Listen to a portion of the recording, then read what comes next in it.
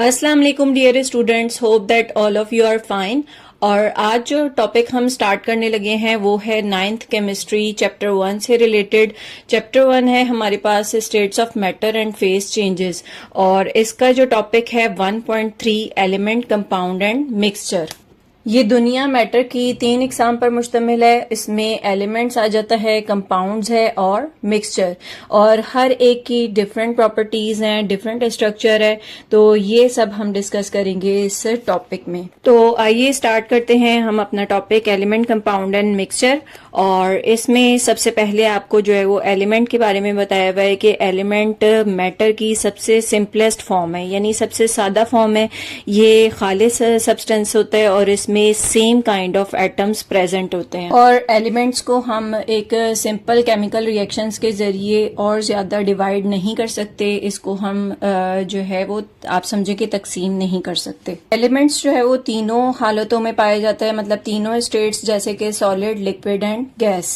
और दुनिया में एलिमेंट्स ज्यादातर सॉलिड की फॉर्म में पाया जाता है, ठोस हालत में पाया जाता है, जबकि लिक्विड और गैस फॉर्म जो है वो बहुत कम है तादाद में। एलिमेंट्स की अब मुख्तलिफ इकसाम पाई जाती हैं, जैसे कि मेटल्स है, नॉन मेटल्स हैं, मेटलॉइड्स हैं, नोबल गैसेस हैं, ठीक है। और इसमें मेटल में हमारे पास क्या आ जाएगा, इसकी एग्जांपल में सोडियम है, पोटेशियम है, कॉपर, गोल्ड वगैरह। इसके अलावा नॉन मेटल्स हैं, नॉन मेटल्स में कार्बन, ऑक्सीजन, नाइट्रोजन। मेटलॉइड्स में हमारे पास सिलिकॉन और बोरॉन है, जबकि नोबल गैसेस जो हैं वो हैं हीलियम, नियॉन, आर्गॉन। ये आपके पीरियोडिक टेबल में ग्रुप नंबर 18 से रिलेटेड है। अब थर्ड पैराग्राफ में आपको कंपाउंड से रिलेटेड इंफॉर्मेशन दी गई है कि कंपाउंड भी एक खालिस सब्सटेंस है, एक प्योर सब्सटेंस है, और दो या दो से ज्यादा एलिमेंट्स कंबाइन होते हैं एक फिक्स्ड रेशियो के अंदर और कंपाउंड फॉर्म करते हैं। एलिमेंट्स जैसे कि हम एग्जांपल लेते हैं अगर वाटर की, तो वाटर में 2 हाइड्रोजन और 1 ऑक्सीजन हमेशा कंबाइन होके वाटर फॉर्म करेगा।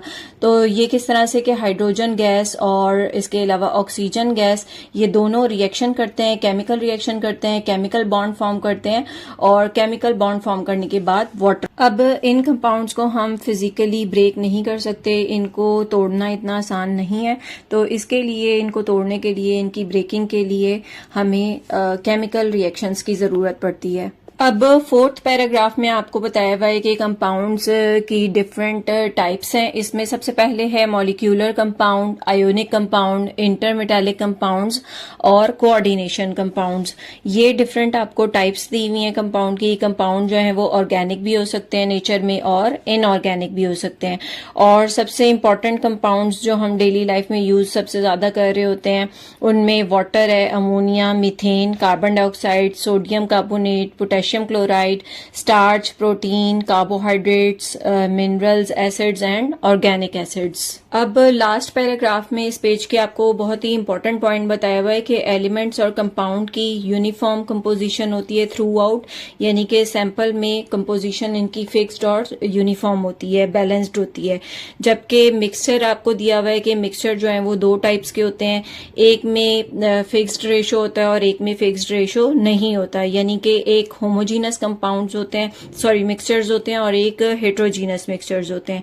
तो होमोजीनस मिक्सचर में यूनिफॉर्म कंपोजिशन थ्रू आउट, और इसकी एग्जांपल में हमारे पास आ जाता है जैसे आइसक्रीम वगैरह है, ये जो है वो हमारी होमोजीनस मिक्सचर की एग्जांपल आ जाती है। और हेट्रोजीनस मिक्सचर्स क्या होते हैं कि जिनमें यूनिफॉर्म कंपोजिशन थ्रू आउट नहीं होती, और हेट्रोजीनस की एग्जांपल में सैंपल ऑफ रॉक आ जाएगा, पत्थरों की एग्जांपल इसमें आपको दी हुई है। और रॉक्स किस तरह से बने होते हैं, rocks are composed of different type of minerals such as granite, mica and limestone. बस अगर मैं आपको सिंपल वर्ड्स में समझाऊं तो मिक्सचर की कोई फिक्स्ड कंपोजिशन नहीं होती, ठीक है। इनका कोई खास तनासुब नहीं पाया जाता, और किसी भी तनासुब में ये पाए जाते हैं। इसके अलावा ये अपनी प्रॉपर्टीज, यानी अगर जैसे सपोज नमक और मिर्च को हम मिक्स करते हैं तो नमक अपनी प्रॉपर्टी नहीं खोता, इसी तरह से लाल मिर्च है तो लाल मिर्च को मिक्स किया जा रहा है तो वो भी अपनी प्रॉपर्टी मिक्सचर में नहीं खोती। और इसकी दो, जैसे मैंने आपको बताया कि होमोजीनस मिक्सचर है, होमोजीनस मिक्सचर में इसके जो अज्जा होते हैं वो मुकम्मल तौर पर यकसा तौर पर मिले हुए होते हैं, मिक्स्ड होते हैं, जैसे नमक और पानी का आप सोल्यूशन ले लें। जबकि हेट्रोजीनस मिक्सचर में क्या होता है कि अज्जा यकसा तौर पर मिक्स नहीं होते। ठीक है, उसमें एग्जांपल आपको दी हुई है रॉक्स की, तो रॉक्स किससे बना हुआ है? पत्थर, रेत और पानी के मिक्सचर से बना हुआ है। इसके अलावा मादनियात भी मौजूद होती हैं इसके अंदर। तो सिंपल बस ये आप समझें कि होमोजीनस मिक्सचर और हेट्रोजीनस मिक्सचर जो है वो दो डिफरेंट टाइप्स ऑफ मिक्सचर हैं जिसमें कंपोजिशन का जो है वो डिफरेंस है। अब नेक्स्ट पेज पर, पेज नंबर 7 पर आपको इंटरेस्टिंग इन्फॉर्मेशन दी हुई है और उसमें आपको क्या बताया गया है कि इस दुनिया में बहुत सारे एलिमेंट्स कुदरती तौर पर मौजूद हैं, लेकिन कुछ नए एलिमेंट्स इंसान ने लेबॉर्ट्री में प्रिपेयर किए हैं। उनको हम आर्टिफिशियल एलिमेंट्स भी कहते हैं। ठीक है, और आर्टिफिशियल एलिमेंट्स में फर्स्ट एलिमेंट जो प्रिपेयर किया गया है मसनूई तौर पर वो है टेक्नीटियम। इसके बाद आपको पेज नंबर 7 पे डिफरेंट एलिमेंट कंपाउंड्स और मिक्सचर्स की एग्जांपल्स दी हुई हैं, उनकी फिगर दी हुई हैं। उनमें आपको आयरन रॉड नजर आ रहा होगा, कॉपर वायर है, स्क्रू, नट्स ऑफ जिंक, ये सारे एलिमेंट्स की एग्जांपल हैं। उसके बाद आयरन सल्फाइड का स्ट्रक्चर है और कॉपर क्लोराइड के क्रिस्टल्स मौजूद हैं, ये कंपाउंड्स के को एक्सप्लेन करते हैं। और थर्ड पे आपको मिक्सचर्स में रॉक्स और चॉकलेट की एग्जांपल गिवन है। तो यहाँ पर हमारा टॉपिक 1.3 कंप्लीट होता है। ठीक है, और 1.3 था एलिमेंट, कंपाउंड और मिक्सचर की प्रॉपर्टीज से रिलेटेड। अब हम स्टार्ट करने लगे हैं टॉपिक 1.4 और 1.4 पेज नंबर 8 पर है एलोट्रोपिक फॉर्म्स ऑफ सब्सटेंसेस। अच्छा, अब इसके फर्स्ट पैराग्राफ में आपको बताया गया है कि एलिमेंट्स और कंपाउंड्स बाज़ औक़ात एक से ज़्यादा अपनी स्ट्रक्चरल फॉर्म्स रखते हैं, स्ट्रक्चरल फॉर्म्स में पाए जाते हैं और इनकी डिफरेंट शेप्स होती हैं और वो किसकी बेस पर? Different physical and chemical properties की बेस पर। इनको हम एलोट्रोपिक फॉर्म्स कहते हैं और इस फिनोमेना को हम एलोट्रोपी कहते हैं। ठीक है, उसके बाद आपको बताया गया है कि एलिमेंट ऑक्सीजन की एग्जाम्पल दी हुई है कि element oxygen exist in two allotropic forms, namely O2 and ozone. अब इसमें ऑक्सीजन गैस है और ओजोन गैस, ये दोनों किससे फॉर्म हुए हुए हैं? ये O से ही फॉर्म हुए हुए हैं।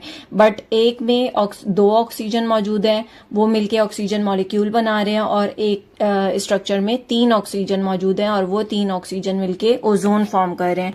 और इन दोनों की प्रॉपर्टीज, यानी ऑक्सीजन और ओजोन की प्रॉपर्टीज बिल्कुल डिफरेंट हैं, उनका स्ट्रक्चर्स बिल्कुल डिफरेंट होते हैं।